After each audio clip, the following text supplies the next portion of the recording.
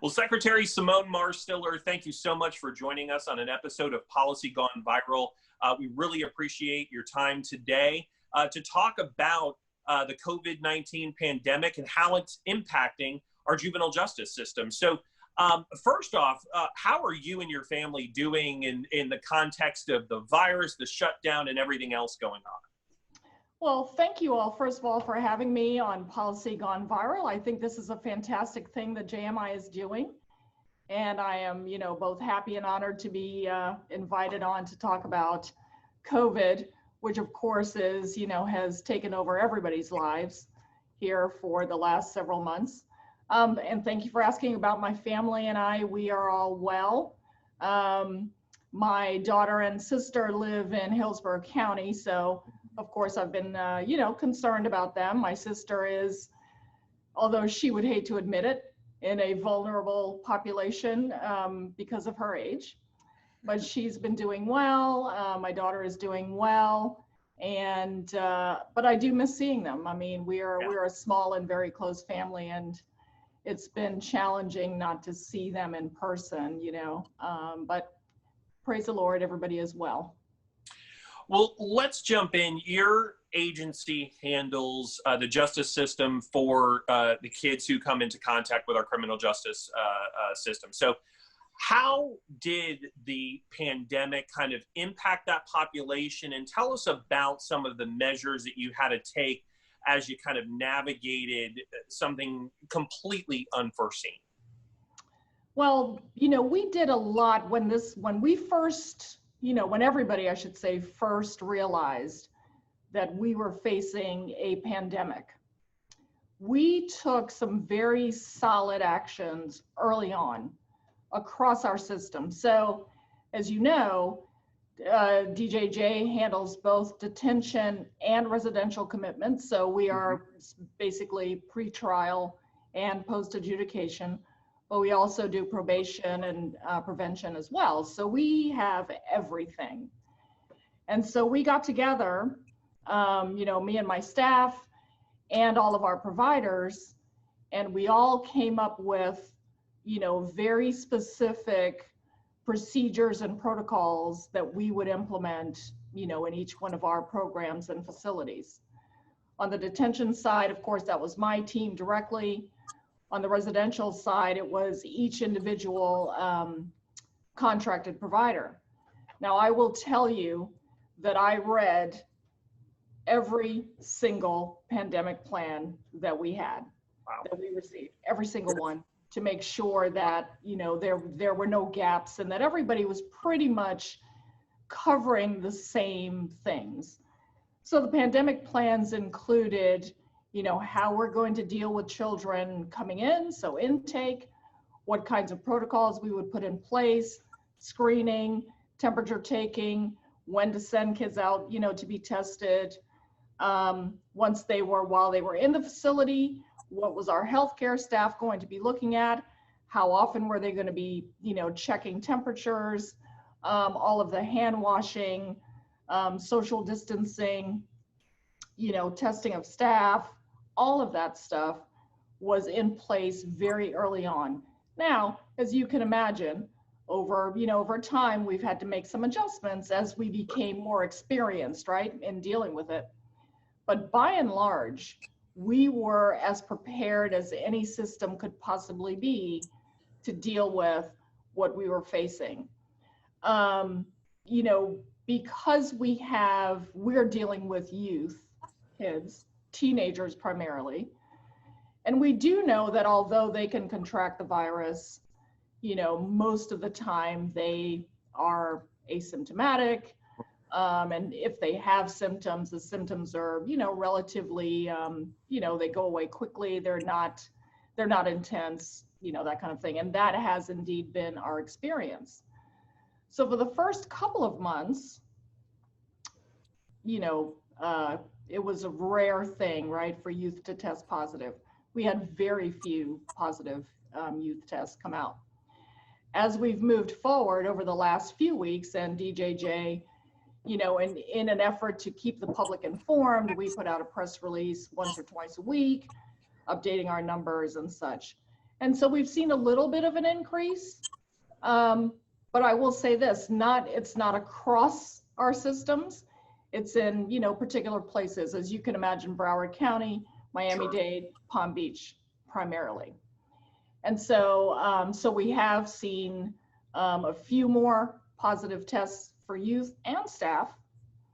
But we have worked very hard, and part of our protocols included, making sure that we coordinated with the local health departments whenever a positive test result came about, because we want to make sure that we were doing all of the right things, testing, other children, depending on the circumstances that presented themselves. And I have to say, between my team, my provider team, and the local health departments, the cooperation and collaboration has been amazing. Wonderful. And so we've got, when you think about, again, state of Florida, largest juvenile justice system in the country, we have, roughly 2,000 children in the care and custody of DJJ between detention and residential. To date, we've had 75 youth who have tested positive. Okay. Now, am I happy about that? No, but still, we have done, I think, a good job of keeping, to the extent we can, keeping the virus at bay, making sure those children are medically isolated, making sure that our staff is prepared, with the right equipment to deal with them, and we're doing well.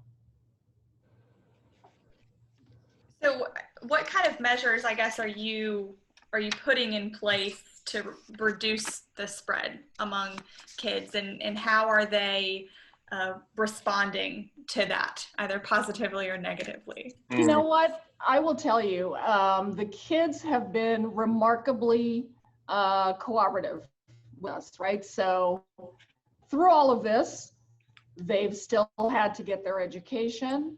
The school districts have worked with us to, move from, as they have had to do with all their students, to move from in-person instruction to online. So we've done a lot of that.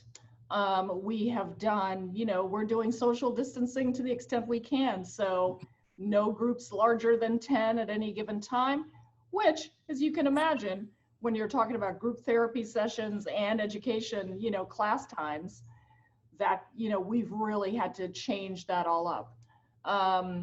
Hand washing, and we've done a good job, and we keep educating the kids about what we need for them to do, and we need for them to take personal responsibility as well. But they're children, right? And they are going to, they're going to want to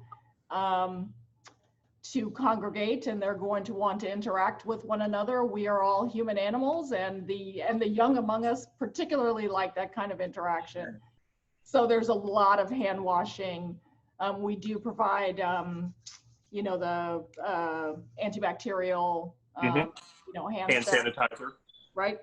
And again, all of our staff, all of them are wearing masks in order to protect the youth. And again, if any of the youth become, contract the virus, then they too are medically isolated. And then let me just stop and say this. Medical isolation is not, it's not punishment. It is not, they still can move around, okay? They are still getting their education. They're still getting their 3 meals a day. They are still doing everything that they otherwise would be able to do. We've just been able to designate areas within our facilities where we would have those kids for the, it's usually 14 days, right? For that period of time when they need to be set apart from the general population. And so it has been challenging. I'm sure it's been challenging for the youth. The other thing that we had to do for at least a couple of months was to suspend family visitation, because we wanted to make sure that we were limiting, the numbers of individuals who were coming into the facilities. So we did have to reluctantly suspend family visitation for a while, but knowing that we needed to, on the other side, We did increase, the ability for phone calls. We've used technology a lot, so a lot of FaceTime and Skype we've been able to use to make sure that the children can have contact with their families and guardians, and to allow families to lay eyes on their children to make sure that they are okay. So we are now starting to very carefully and on a limited basis, allow family visitation again. And I think that that's been a good thing. And our families have been very understanding about, the need to take it slowly and carefully. Well, kind of shifting forward in our closing couple of minutes, I'd like to talk more about the implications on the agency itself. I mean, the economy has been challenged, probably never more so than the Great Depression at this point. And we're all looking at how, the budget may look, not just for this year, but also looking ahead for next year. So kind of in this last couple of minutes, can you talk a little bit about what your expectations are for the fiscal year that starts July 1, as well as what you're looking ahead at in order to, make sure that the kids are cared for, that you have appropriate staffing and all of that? Well, of course, we heard from Governor DeSantis yesterday, right? Yeah. So our expectations are set. We know that the budget is not going to look like what we thought it would look like at the end of legislative session back in May. And so, for our agency, we know that we are going to have to cut back, shall we say. We know that from a funding and fiscal perspective, we are going to have to be that much more careful about how we spend the resources that we have. I am candidly not concerned at this point about staffing issues. I'm not hearing those concerns from our providers. And from an agency standpoint, I'm really not concerned. We are still, in fact, this coming Friday, I am speaking virtually at the graduation of yet another one of our juvenile detention officer graduations. So we're still, bringing people in, shoring up the team and making sure that we have not only the right staff, but the sufficient numbers of staff to take care of the kids. But, coming out of the pandemic, one of the important things that I think we need to do as an agency is to really look back and look at our lessons learned. I want to make sure that for the next pandemic, whenever it may come, that we are prepared with, the right tools and supplies.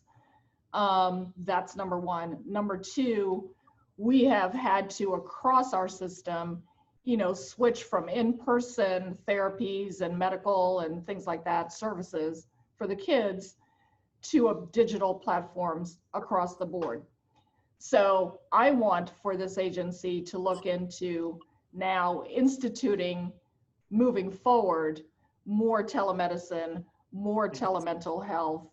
I have found that this pandemic has forced us, not in a bad way, but it has forced us to look at things and take steps that we might otherwise have been either reluctant to do or slow to do, quite candidly.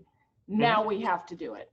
Yep. And so moving forward, that is going to be my focus. I want for our system, especially because we do the rehabilitation, I want for our system to remain as cutting edge as we possibly can get it. Understanding that, for the next several years, we're all going to be dealing with the economic fallout from this. But to the extent that I can move that bar a little bit further, that's going to be my focus and my push. Great. Well, as folks are kind of engaging, and if they want to find out some additional information about the agency's response or anything at all, where can we direct them? We have a COVID page, dedicated resources and information about what we have done and what we are doing. Our website is at www.djj.state.fl.us. On our COVID page, we have FAQs. We have, our press releases that we send out regularly. So anybody can go there at any time, see what our numbers look like, see what our protocols are, my communications with my juvenile justice stakeholders, all of that information is out there. We want to make sure that the public, and more importantly, the families of these children, have confidence that DJJ is doing what we need to do to keep their children as safe as we possibly can. Well, we cannot thank you enough for joining us on this episode of Policy Gone Viral. Secretary Simone Marstiller, we really appreciate your time, and we wish you and your staff the best. Thank you so much, and you all keep safe yourselves.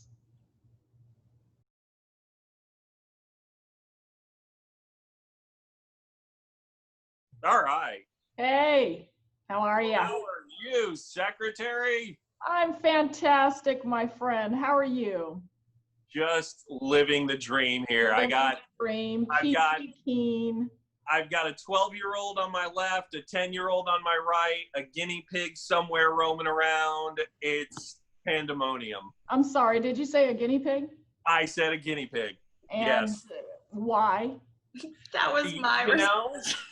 Because I have no resolve. That's why. I have absolutely no willpower whatsoever when it comes to the persuasive tactics of said 12-year-olds. Yeah. I understand. I am a you girl have dad. daughters. You I'm have a girl daughters, dad. so you're already out of the game right there. So I get it. Yeah. Yeah.